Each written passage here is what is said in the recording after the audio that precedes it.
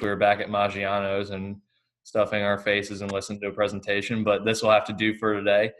You guys are just going to be stuck staring at my ugly mug all day. So I'm Joey Maxwell. I work for Sterling Seacrest Partners, for you whom I haven't met yet. I've worked there for about 5 years. I work entirely in the construction space on risk management, insurance, bonding topics. And then as I found out through this whole COVID-19 process, I feel like I also play attorney, accountant, and a million other roles as well too. I'll let my partner Doug introduce himself as well too. My name is Doug Rieder. I saw a lot of familiar names on the list. We appreciate the opportunity to speak to y'all today. I'm an insurance broker specializing in construction insurance and surety bonding. I've got a background in surety underwriting, so I'm going to kind of handle that end of the presentation. As Joey said, there's been some interesting times and a lot of interesting developments in terms of how we're interacting with our clients and how we're interacting with carriers as well. And I think we gleaned a few lessons from those interactions. And we've also got, I think, some interesting data points to review that hopefully there'll be a couple of things that'll be useful to you when you go back to your business. But we appreciate the opportunity. Certainly. So we titled our presentation, Construction Risk Management and COVID-19, a Joint Venture into the Unknown. I've been one to enjoy a good pun here and there, so I hope you guys appreciate that as well too. But we can go ahead and dive in here. As we said, it's certainly unprecedented times. I think, I saw a great joke the other day about how I really miss precedented times because every email I seem to get keeps harping on everything being unprecedented. Everything from having to adjust the way we work to the economic implications to just even adjusting to, how we run these meetings. I noticed when we first got on, you could hear people making lunch and kids crying. I feel like that's been the soundtrack of quarantine is that, and then people suddenly mowing their lawns at 9:30 at night for some reason. But I started this slide I think it's a good practice to look at, where we've been and where we are now. I think, we've been in quarantine for 11, 12 weeks, and sometimes it feels like it's been several years. Sometimes it feels like it was just yesterday. But I thought it was staggering when that struck me the other week that, all right, I think kind of the agreed upon date, if we could, is, this all started for at least us in the southeastern United States, most of the rest of the country on March 11th in terms of the immediate impacts that we started feeling. So I threw together a couple of stats that I pulled of, March 11th, the number of U.S. confirmed coronavirus was just crossed 1,000 with 29 deaths. The World Health Organization had just declared COVID-19 a global pandemic. The Dow Jones had fallen by 1,500 points and officially entered bear territory. NCAA said it wouldn't play their basketball tournament without fans. Subsequently, we now know that tournament didn't take place.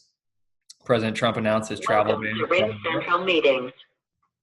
Enter your meeting ID. I'm going to wait just a second. Bingo. Everyone's muted again. President Trump announced his travel ban from Europe. NBA suspended its season. Tom Hanks announced he had coronavirus. And then just 71 days later, as I mentioned, it feels like it's been a year already, but it's really only been just over 2 months. Number of cases is over 1.5 million, 91,000 deaths. Unemployment rate soared to almost 15% at this point. And just to kind of give a conflicting view, it's been interesting because, you'd think you'd see which way certain things would go here, but unemployment's up to 15% and the NASDAQ's up 3% on the year. And I wouldn't have thought this until I figured this out the other day that a Gallup poll said that Congress has its highest approval rating since 2009. Mind you, that's still only about 30%, but who would have thunk that during a national crisis that our congressional approval rating was that high? And then I thought this stat was interesting too.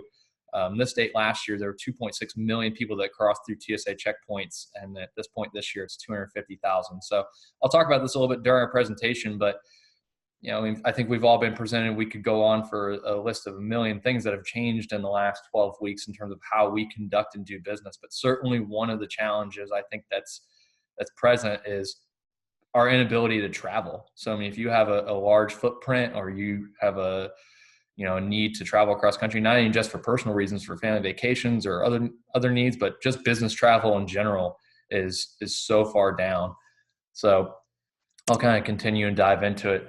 This whole process has really been an exercise in federalism to a degree. It's been fascinating to watch. Every state acts a little bit differently. Every region acts a little bit differently, as there's really been no, I won't comment on whether it's a good or a bad thing, right? But there's been no national push to do any one thing. And so it's been interesting when you look at how this has affected construction. So I stepped back to April 20th of this year and just take a look at this map that I'm posting here for just a moment. State guidance on construction projects. You can see we kind of have a mix of colors in here where, some states allowed, out in 420 allowed all projects at that point. Some states allowed some projects. You got Pennsylvania who's listed in there that allowed no projects. And then you had ambiguity that kind of persisted through this as well too, right? You see these terms as some and not decided, and that doesn't lead to helping anybody project any level of confidence in how they think they're going to be able to react to certain areas. Flash forward to, I pulled this graph a few days ago, so things may be different now. So I posted it, it's last updated on 5/18, but you can see kind of where we are now in terms of how we are able to react with construction status and stay-at-home orders. You'll notice that most of that kind of blue shade, that most of the Southeast is now under that construction unrestricted, and there's no longer a stay-at-home order. But I mean, if you work around the country, you can see how challenging that this has become for a lot of you all to manage. How do you operate in every single state with unclear guidelines? Because it's just as we've seen with PPP funding, and we'll dive into that a little later in the presentation. It's been unclear as to how you're supposed to operate in any state. I know that one of my clients we're going through a struggle right now. I actually believe they may be on this call, where they're looking at doing a project in Puerto Rico, for instance, and you'll notice it's on the bottom right-hand corner of the map, I believe, and they have to get workers' compensation coverage directly through the state and the institution. It's legally required. Well, we found out the other day that nobody was in the office, couldn't get any of the offices to answer the phones to figure out how we procure that coverage.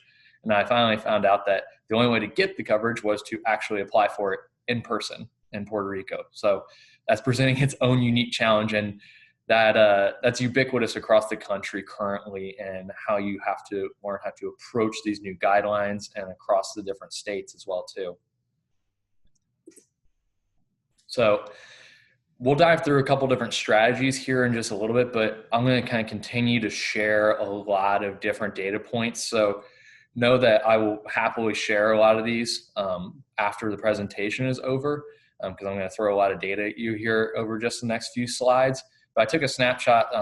The Associated General Contractors has been performing a number of surveys pretty much every week, every other week, pulling together data from around the country. I decided to kind of limit that down a little bit and pull out what was just the survey of their kind of Southeastern contractors, because as I just mentioned, every state and every region is operating so differently. So I didn't know if it would be super helpful to look at this on a national scale, but let's kind of dive into our own backyard here. The first question that they had asked that I thought was really interesting was, did an owner, including a public owner, regarding its own projects, direct you to halt or cancel work on any of your upcoming projects? And you'll see that it's really kind of a mixed bag in terms of the way that data comes out. 33% said no. Some had halted projects that were underway in April and May. He said there's a number of projects, and I know a number of you have probably experienced this as well too, of projects that were canceled that were scheduled to start in April or start in May. And now we've also got canceled projects that were later on in the year. And we all know that, one of the battles that's kind of upcoming with all of this is that how do we manage our backlog? We've been fortunate, especially in Georgia, that we haven't experienced the large swath of cancellations of projects nearly the same as other regions have. But I think we're all kind of in the back of our head holding our breath, knowing that there is going to be some sort of economic contraction that is going to come. And we'll talk through kind of how to work through that and some strategies for that later on as we dive into some of the surety comments. Next question was, to the best of your knowledge, why did the owner halt construction? I thought this was pretty interesting and telling. The two largest data points here were that owners' concerns about COVID-19 dangers surrounding a project. So, the danger that's presented, one, to the employees and the workers on the job site. And then also I would have to assume that part of the sentiment there is, the tort liability that you'll assume potentially without any sort of with some potential legal ramifications of people getting potentially sick on your job sites. And then you see that 41% of owners' expectation for reduced demand for a project. Now, this isn't broken down by industry, by sector, or anything like that, but I thought it was a good data point to mention. You can see that there's a lot of concerns about safety, and there's a lot of uncertainty in the economy right now. And I think that's really one of the overarching themes of this whole thing, is that there's a lot of uncertainty. And I think that's being shown in the data too. So the next one I thought was actually very interesting too. And mind you, this is just on Southern contractors, so keep this kind of framed in the Southeast, but these are the data points for: has your firm's headcount changed as a result of project delays, cancellations, booking new projects?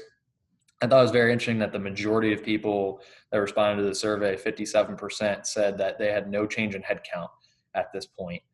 And so for an industry that has had a lot of its own difficulties with labor force production, I think it's interesting to look at it, and I'll let you draw your own conclusions, that we've seen a large majority of firms not have to change their headcount. And you'll see at the top of the graph, the top 4 data points note that people have anticipated needing more employees in the next several weeks, or they have already added employees in the last 2 months. So, and then the last question that I took out of that survey was, as many people have encountered, there's a lot of questions and difficulties and ambiguity surrounding the Paycheck Protection Program. So I thought it'd be interesting to show, did your firm apply or intend to apply for a PPP loan? And 52% of the respondents said that yes, they've received and they're using their funds. You've got a number that say yes, but decide to return them. That's a very small percentage. You've got people that have yes, and the vast majority have applied and are using their funds, or have received and haven't decided what to do with them quite yet. But I think it's really interesting that, we've got a congressional body in this country that, often takes years and years and years to deliberate. And in a matter of weeks, there are trillions of dollars pumped into the economy. And I think it speaks largely to the fears and uncertainty that are surrounding the economy and what potentially could come. And so I'll let you draw your own conclusions from some of those data points. A few others that I thought were interesting too, that I pulled from several different surveys from around the country as well too, were, this is from Procore, so mind you, it's limited to people that use the software, but they saw that worker hours decreased, as you can see, pretty significantly. That term, first SIP, second SIP, stands for shelter in place, stay in place, however you want to define it. You can see kind of from the beginning of March until May 4th, which was the last data point that was reported, worker hours have decreased 8% since the first week of March, and have kind of largely held flat since the last shelter-in-place, stay-at-home-place ordinances. So it'll be interesting to see, as the situation continues to develop, if we start seeing kind of a little bit of that trickle upwards that you're seeing kind of in that last month since April, in terms of the amount of hours being worked. And then one other piece here as well too, I thought this was interesting, of wanting to see kind of how worker hours for healthcare projects are less impacted than energy and transportation currently. I'll be curious to see if this graph ends up changing over time, but obviously healthcare has been much more the immediate need during a national emergency and the national health crisis.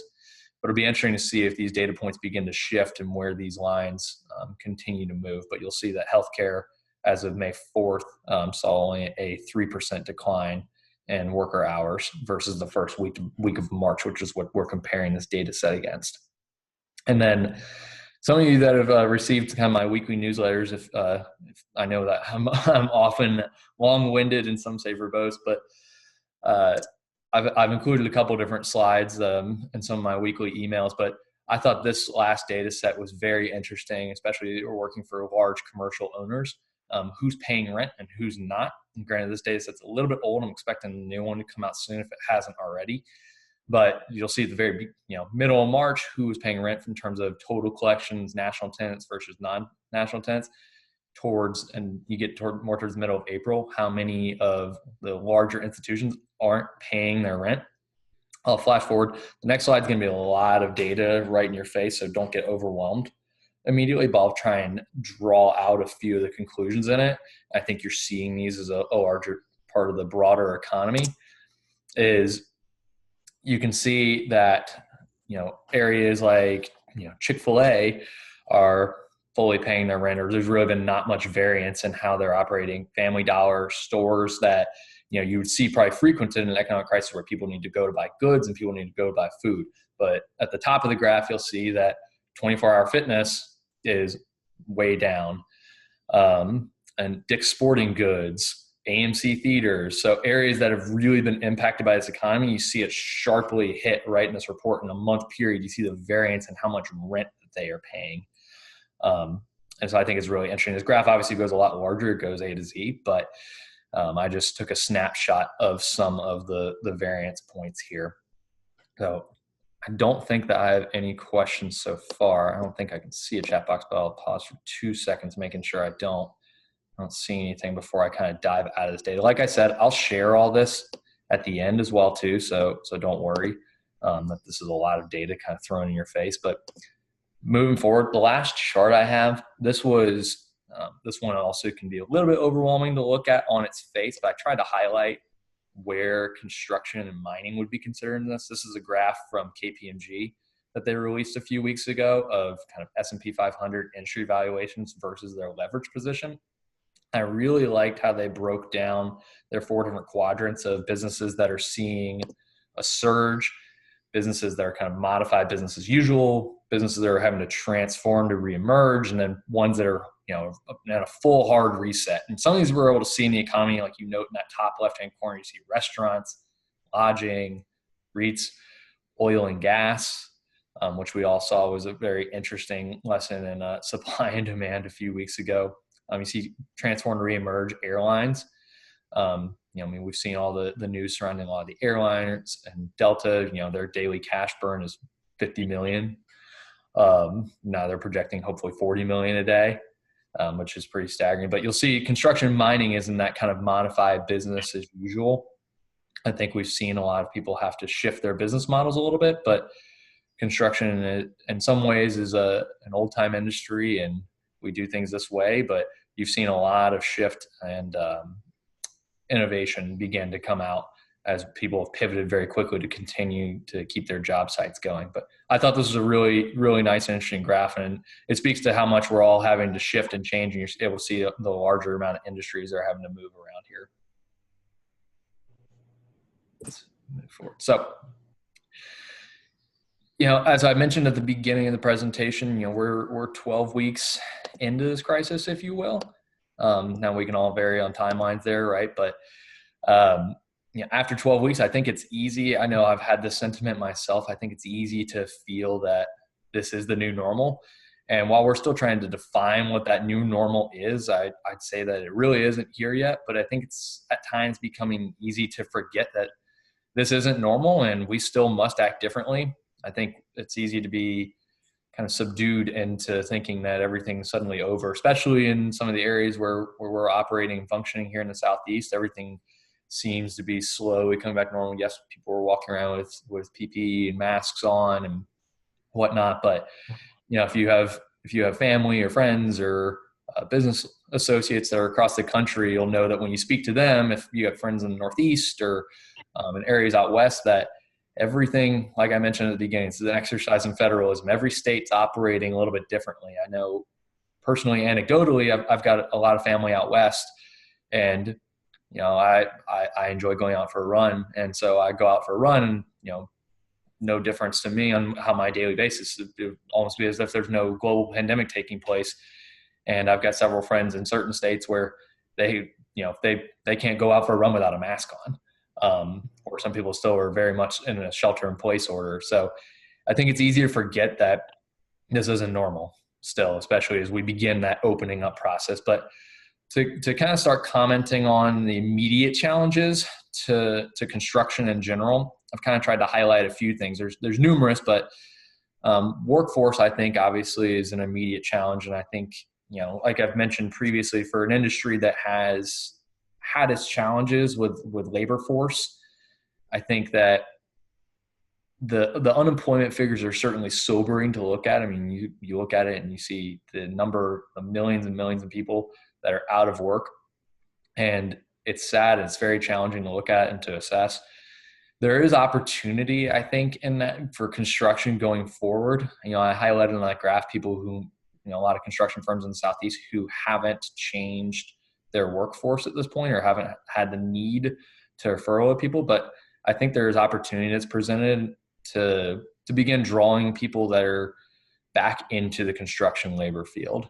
But workforce is definitely presenting a challenge. And I know we've talked about supply chain a lot, and you've seen a lot of stats over supply chain. And I think it's interesting. I've got it written down here that, 30% of construction materials and items come from China. And naturally, that's going to present a challenge until the new normal begins to take hold.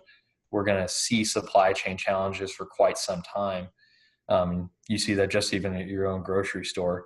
I know I did a little dance the other day when I finally found some toilet paper and some paper towels, but put that in a broader macro sense. And we see these supply chain delays really affecting a lot of projects. And I think those delays are going to continue to persist for quite some time until, like I said, we find what that new normal and that new equilibrium is. Effective and efficient work with COVID safeguards. I think it's fair to say that, at this point, we haven't been able to assume or even project that work, our efficiency has been 100%. I mean, just even considering, how difficult it might even be for workers that don't normally wear a mask to be working outside all day in the summer wearing a mask. I know just me even walking around my grocery store for an hour with one on becomes a challenge at times, especially on days where I wear my glasses and I suddenly can't see what I'm looking at in the aisle, much less working on a construction site. So I think it's important when you're looking at kind of effective and efficient work with COVID safeguards to kind of constantly make that a moving and fluid process of taking a lot of feedback from your folks that are on site and how you can adjust and to continue to drive your efficiency forward. And then work quality, I think it's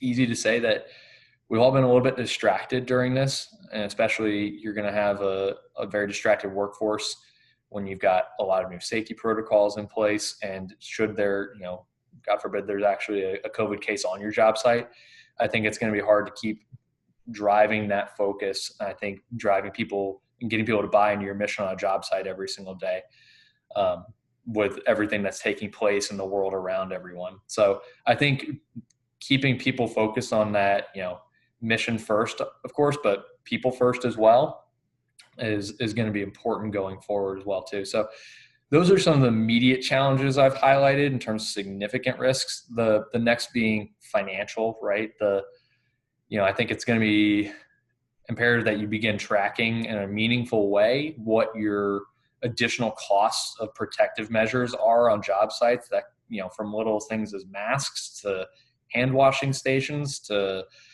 more distribution of PPE. I think it's going to be very important to begin tracking that in a measurable way because it's going to have an effect on the profitability of your jobs if you're not tracking it. The next thing kind of couples with that really well, which is quantifying and capturing COVID-19 costs and schedule impacts to gain monetary or schedule relief. This is a global event. And so I wouldn't shy away from having that conversations with your owners or your trade partners of, hey, like I mentioned before, we're not at 100% efficiency. And what does that look like? What can we do in terms of delivering that information in a meaningful way to where we can gain some schedule or monetary relief on a project? Because everyone's in this boat together to a certain degree. And so shying away from that conversation, I think will hinder your results in the long term. And then I think you got to take stock of that there is a heightened risk of non-payment due to COVID-19 induced business disruptions. And we'll talk about this more during the surety segment of this presentation as well too. But I mean, you've got to consider that, you may have hung receivables that impacts position, what does that impact pose to cash flow, your credit facilities, your bonding capacity. Everyone says that cash is king, and it couldn't ring more true. So really taking stock of who you're working for, is the financing in place on those jobs, and making sure that you've really got a good plan. I know for me, one of my clients that I'm working with right now, we've taken, even as a ultra conservative position on their upcoming just even insurance renewal, of we've only projected our exposures out so far as to the projects that we have that are currently ongoing. They're making a projection of as conservative as they can of, all right, what happens if every project in our backlog doesn't start? Like, let's just assume the worst case scenario and project off that, and we can adjust later. Because if we're prepared for that, we'll be prepared for a better scenario as well too. So I think those are a few highlights of significant risks that are on the horizon, at least. A related point on this is, we'd strongly recommend, if you haven't already done this, that you ought to be examining all your current contracts to see what, if any, relief there is related to acts of God. That's an overlooked contract provision up till this pandemic. I think a lot of people have gotten well educated on force majeure, and sureties are seeking to get those kinds of protections negotiated in on a go-forward basis wherever possible, because everybody's somewhat afraid of a second round of this until we get some really solid therapeutics or a vaccine. There's a potential for shutdowns this winter again. So shame on you first time, shame on me the second time, right? I mean, if there's any way to protect yourself with some contractual provisions going forward, it certainly seems like an appropriate time to try and do that. Certainly. Moving forward, this was one area I wanted to highlight just very briefly of, I mentioned the unprecedented word at the beginning of this and how much we've seen that consistently, but I think we're at a point now where should you have or experience a positive COVID test on one of your job sites, that's not unprecedented at this point anymore. That's something you need to have planned for and have something in place, how you're going to respond and what people's roles and responsibilities are. So I took this from a couple guidelines that I'd seen online in terms of steps to consider for positive COVID tests on site. Because I think one thing that's going to be important is that you have a really good documented procedure out. We're going to talk about this on a few slides as well too. But I think one of the goals of a lot of congressional bills and state legislative bills coming out right now is to limit companies' tort liability. But I think there's going to be, and I hope that there will be that, so that we don't have a ton of billboard attorneys running around town seeking a financial payday out of a global crisis. But I think what's going to be a prerequisite for that protection is that you've taken proper steps to prevent and document and to provide a safe workplace. If you're following all the guidelines, there's not a lot you can do to prevent, as we've seen. I mean, somebody contracting a virus, something you can't see, right? So it's not like you can just put a gate up around your job site and prevent it from coming in. So I highlighted a few things that I thought were important here. Protocol for elevated temperature screen, having a COVID-19 response team with roles and responsibilities. If you do have a positive case, make sure you've got a plan to stop work and isolate that area in which that employee was working. Engage a third-party specialty cleaner, transfer that risk to somebody to come in, clean the job site, do as much as you can. I don't know how effective it is, right? I'm not an epidemiologist, but you're trying to make and take all the proper steps and protocols. I think one of the important things to highlight is, you need to inform your site workers and trade partners that there has been a positive test, but making sure you're towing that line of maintaining and honoring HIPAA regulations. And then, it's hard to think about. It's sad to think about, but the realities of things is that this is a deadly virus, and we all have read on the news or we know people who contracted it. And hopefully, I hope no one on this call has had the experience of someone who has passed away from something like this. But I think it's important to also have the worst case scenario in mind when you're planning out for a risk management scenario of establishing grief counseling resources for anybody that is mentally affected by something like this. Because as we've all experienced, fatality, not fatality, but this is very hard on a lot of people mentally, even, from people sitting on Zoom screens to how they're having to react on their daily basis. I mean, just going to the grocery store a mundane task anymore is no longer that. It's a life or death decision for some people, depending on the health conditions and concerns that they may have surrounding that. So I think these are really good steps to take for if you have a positive COVID test on site. I appreciated them finding them online. Let me add one comment there, Joey. A question came up the other day when I was participating on another webinar. It's really unclear as to whether COVID would be considered a workers' comp claim, and there's been a lot of questions around that because typically, if you were to contract the flu, that would not be considered a work comp claim. It's going to be very difficult, even if there's a positive test on a job site, to determine that that's where somebody got it. They're interacting with people at home. Those folks have interactions with other people. That's going to be somewhat of a state-by-state thing, since insurance is state regulated.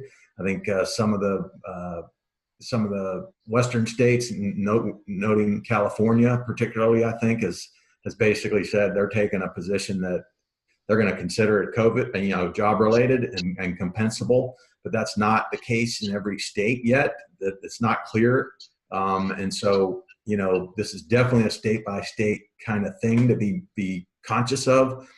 A lot of the folks on the call work in multiple states, so you're going to want to have local counsel, local assistance when you're maneuvering through some of these. Also, it's been proposed by NCCI, and I think we're going to may touch on this in a subsequent slide, but that even if it is decided that it's compensable, it's hopefully going to be excluded from the mod calculation. So that should be formalized in the near future, hopefully. But this is a really fluid situation, and new information's coming out every day. So a lot of this stuff hasn't really been decided yet in the final fashion. Yeah, and to echo Doug's comments there, it is challenging, as I've mentioned, and I'll continue to mention, of state by state is different. I can't remember if it's Indiana or Illinois or another Midwestern state that construction workers were considered first line responders, which then makes it a compensable case in work comp areas. So like I said, every state's different. So I think it's important to stay abreast of just asking those questions of your insurance broker, legal counsel, local resources as much as possible. Everyone's kind of working to figure all these things out on a rapid basis, but asking those questions and making sure you're aware prior to entering maybe even a new market. Coupling with this, we've got some insurance considerations. So in the immediate sense, well-documented records with exposure variance, I think, is going to be very important. In insurance, we're kind of always in a look-back period over, what were your exposures last year, payrolls, sales. So I think documenting your exposure variance is going to be very important. I don't think we're very far from some of the major and larger national insurance carriers from asking just the same way they ask for your safety manual, employee handbooks, from asking for your written COVID-19 response plans, or not even COVID-19, any, health or safety concerns going forward. So I think it's going to be important to have a lot of that documented. As Doug mentioned, NCCI, which is the National Council on Compensation Insurance, they mandate workers' comp for a number of states, not everyone, but a number of states around the country. They've come out now with, and I believe Georgia has approved it, a certain code where if you furloughed workers but are still paying them, to be able to calculate their payroll exposure underneath that code, so you won't be charged on it from a workers' compensation labor burden standpoint going forward. I think it's important to track the miles on your vehicles driven, because there'll be potential at renewal time where you're able to say, hey, like I didn't, this vehicle I normally drive 20,000 miles a year on, I drove 2,000 miles on it because it was laid up most of the year. I think you'll be able to seek relief maybe financially on your insurance renewals premiums coming up. Same thing along with that with layup credits.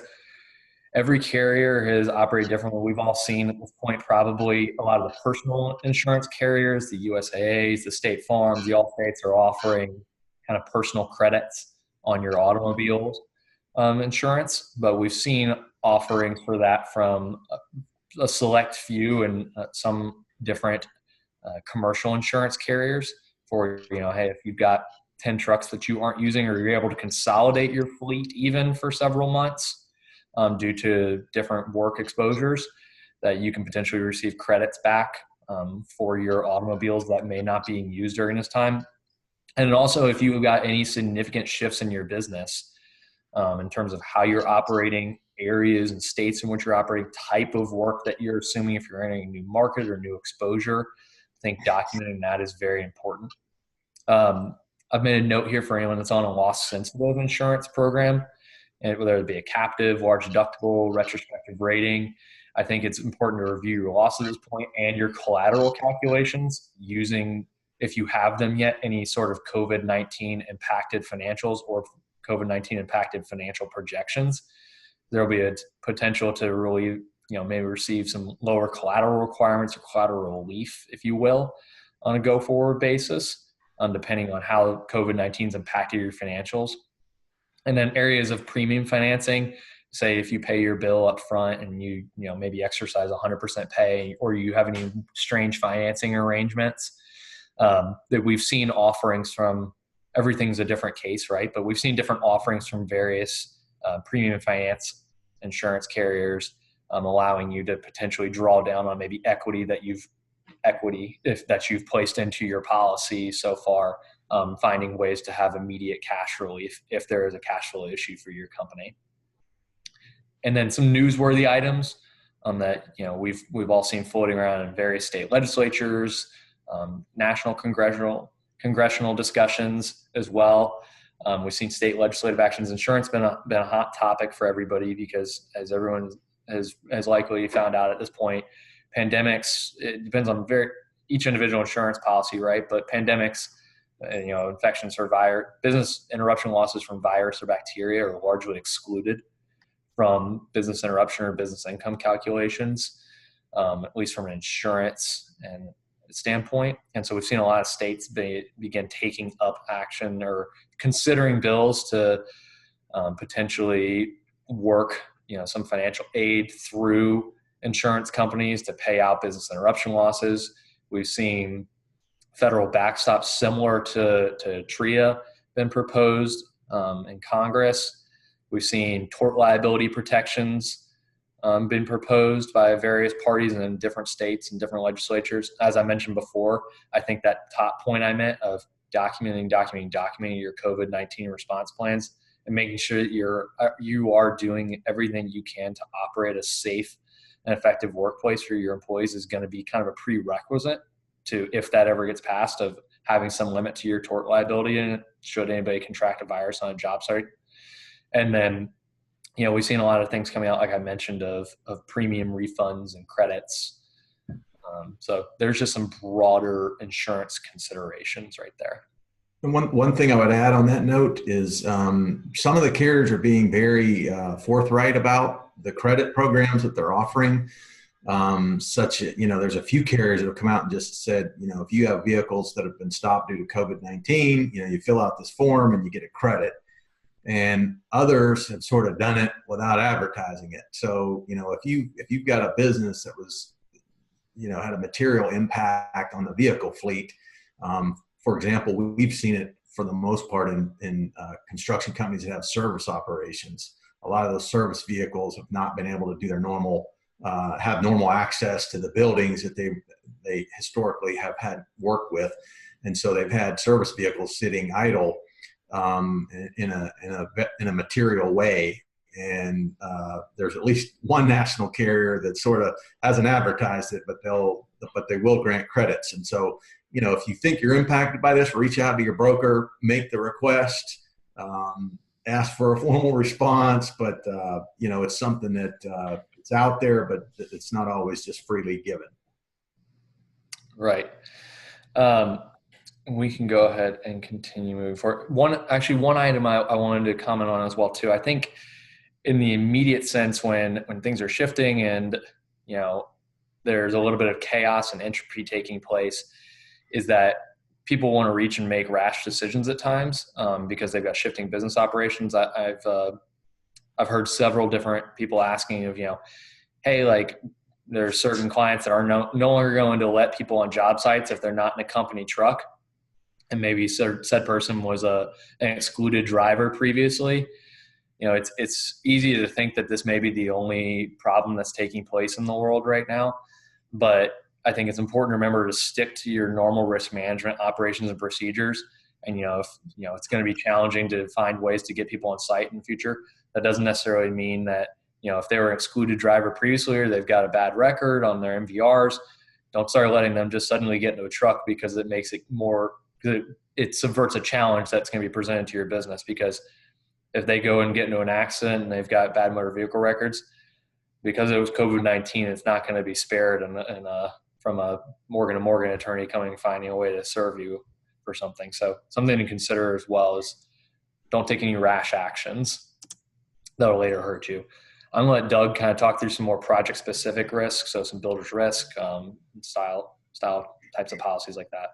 Some of these would fall into the bucket of financial exposure on contracts, right? We spoke a little bit about changes to the scope of work, but also you're going to have inefficiencies just arising from having to do with all these new protocols, and you might have reduced work hours. You might be working multiple shifts to keep people separated.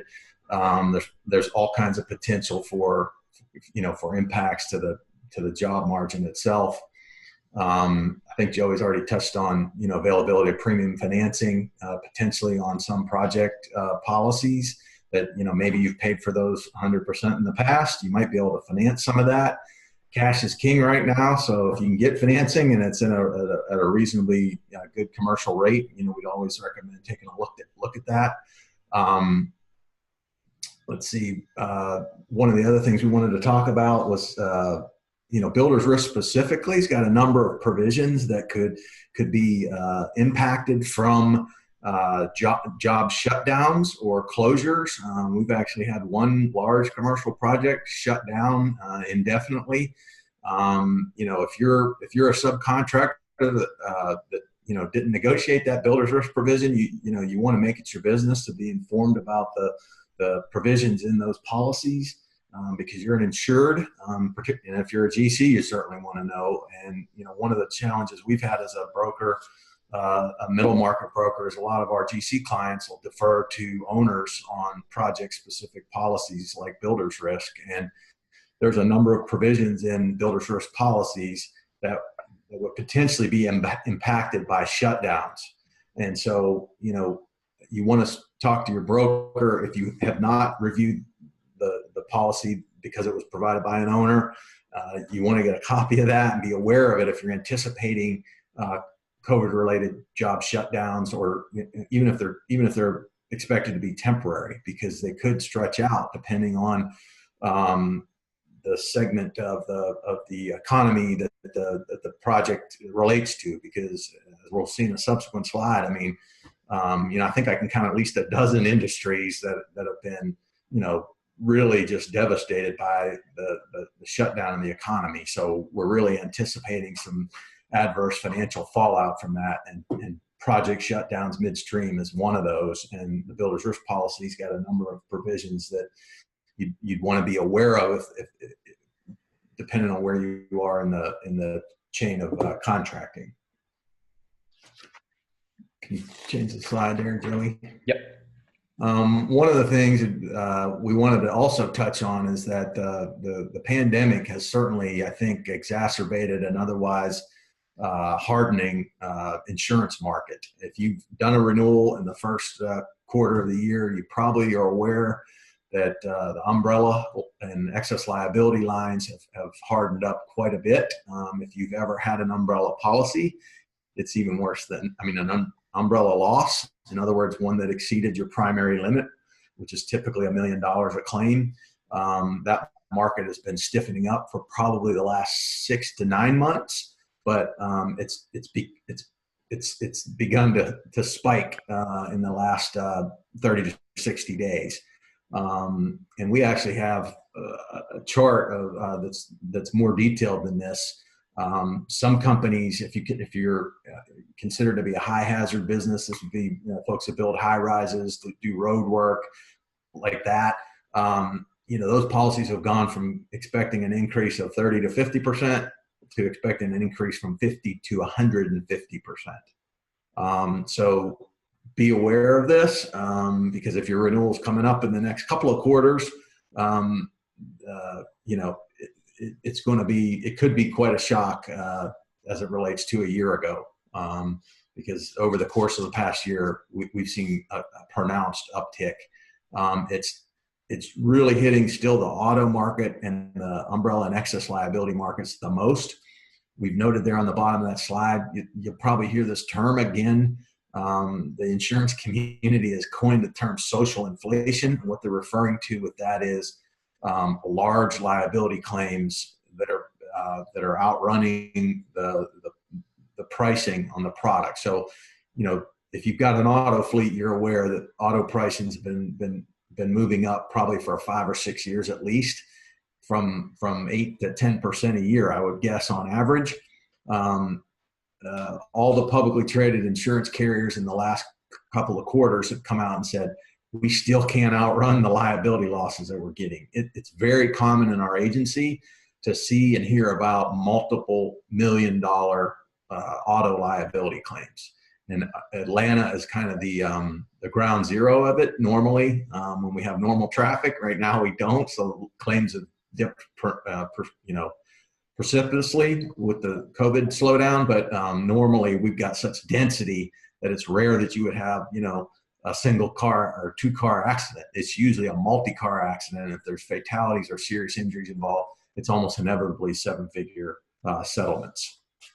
So that's really driving that, both of those lines together. Can you jump to the next slide, Joey? Yep. We wanted to touch a little bit on, how the surety, and I'll summarize this fairly quickly because I know we're running up against an hour now. How the surety industry has been handling the pandemic, and I would basically say, I was actually ill with COVID-19 at the very beginning of this process, and so I was down for 2 weeks, and it was kind of quiet. There wasn't a lot happening in the marketplace, but I came back to work. I mean, we've been on Zoom calls with sureties and surety clients just constantly. The pandemic sort of coincided with the normal spring with surety program renewal cycle. March, April, May is when we typically get the year-end financial statements, as many of you know. And it's normal for us to be updating the surety and setting up meetings, and that's typically driven by us, to be honest with you, especially the last 5 to 8 years, which has been very accommodating from a credit standpoint, from a surety credit standpoint. This year, I got back to the office. I mean, we were constantly getting emails and phone calls from underwriters to say, hey, we need to set up and just have a conversation with our client. And the main, things that they wanted to cover are just, what are you doing to alter your, strategic plans and your tactical plans in light of, the impact of this shutdown. And, at the early stage of this, it was hard to see some of this, but now, 12 weeks in, I think, with that kind of shutdown and the kind of stimulus the government's pushing out, we've got a much better idea of what the economy is going to look like on the other side. And frankly, it doesn't look good. And so, everybody's been highly interested in learning about what you're doing to preserve liquidity. There's been discussions about pulling down lines of credit even, which sureties typically don't like folks to do. But, if you think the credit's not going to be there and, we've got a hole that we need to, cover for a short period of time, some sureties have gotten comfortable with that. So we've actually had some folks do that. I think for the most part, they have not drawn down their lines of credit or have paid them back since, particularly since the PPP program. If you could hit the next slide, Joey. But other things that they're looking at, are you in compliance? Is your line of credit available? Certainly, if you've got any kind of covenant violations, that's going to be a problem, and they're going to want to take that into account. What are you doing about capital expenditures? Have you looked at the business and dialed those back? And can we see a model of the cuts that you've you've considered. We worked with a client that developed stress test models for cash flow and earnings, and they were able to change different assumptions on salaries and revenues, and it was really cool. And I know a lot of my clients probably don't have that expertise in-house. So one of the things I would say to this group is, if you don't have it in-house, go out and get it, because the folks that are able to provide transparency and to show that they're anticipating, negative outcomes ahead of time, because we're certainly hearing about job deferrals, job cancellations. We've also heard, in certain markets that the bidding that is happening is all of a sudden, gotten a lot more competitive. There's a lot more folks showing up, which is a natural thing when you have so many sectors of the economy that are going through a shrinkage. By and large, most of our folks were successful in getting PPP funding, and we think that's been a really big relief. All the sureties have been all over us to get that detail. And now the second follow-up question is, how much do you think is going to be forgiven versus a loan? I think in most cases, most of our clients are going to have the vast majority of it forgiven if current expectations hold. And so, that does provide, in most cases, a very significant cushion to get more transparency into the business over the next several months. You hit the next one. And please, if anybody's got questions, if you highlight the bottom bar, there's a chat button there. Please go ahead and text us a question. One of the things I want to touch on, I've probably got the misfortune, I guess, of having been through the 08-09 crash. And I think there's a lot of similarity to what we're going to be seeing the next 6 months in the 08-09 crash.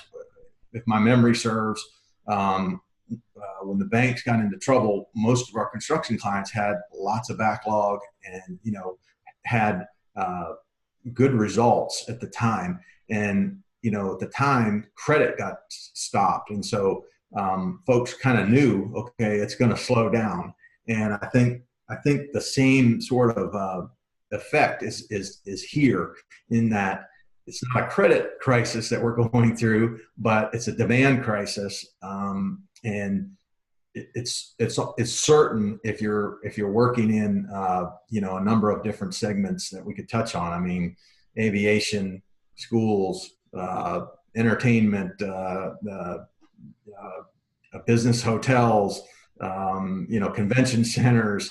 I'm sure I'm missing a few, but there's definitely going to be a shrinkage in the construction available marketplace. And so and also, most folks came into the year with a good backlog and good earnings potential for 2020, and coming off a really strong year. So balance sheets have been strong. And so, I think the lessons that I learned from that downturn in 08-09 was that the most successful clients we saw manage that shrunk their business in line with the shrinkage in the marketplace. They didn't go out and try to go into unfamiliar segments of business and go way up on the project size or go way far from home. They sort of stuck with their expertise and shrunk the cost base with the revenue. And I think that's going to be real important in this, because I think we're going to have, there's no question in my mind, we're going to have a recession. You're going to want to protect your balance sheet. You're going to want to keep your powder dry when things do turn up. Of course, this varies by contractor. This varies by, how fast you burn your work. I mean, there's some clients that, their work takes 3 years to build. They might not catch a blip on this if they have a lot of work. I mean, road contractors come to mind.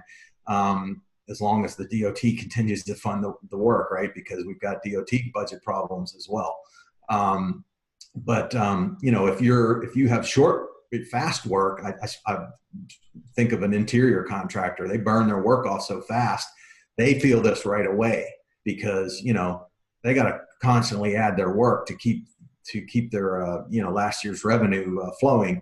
And I've spoken to a couple recently, and they're already feeling it. They've had projects deferred because the commercial real estate market's also going to go through a change with everybody realizing they can work remotely, everybody realizing maybe we don't want to be dense in downtown office buildings and all that. There's certainly going to be a reconfiguration of the commercial real estate space. So, basically the advice is, to don't try to, I call them, don't make the classic mistakes. Go too large, too far away, or too different.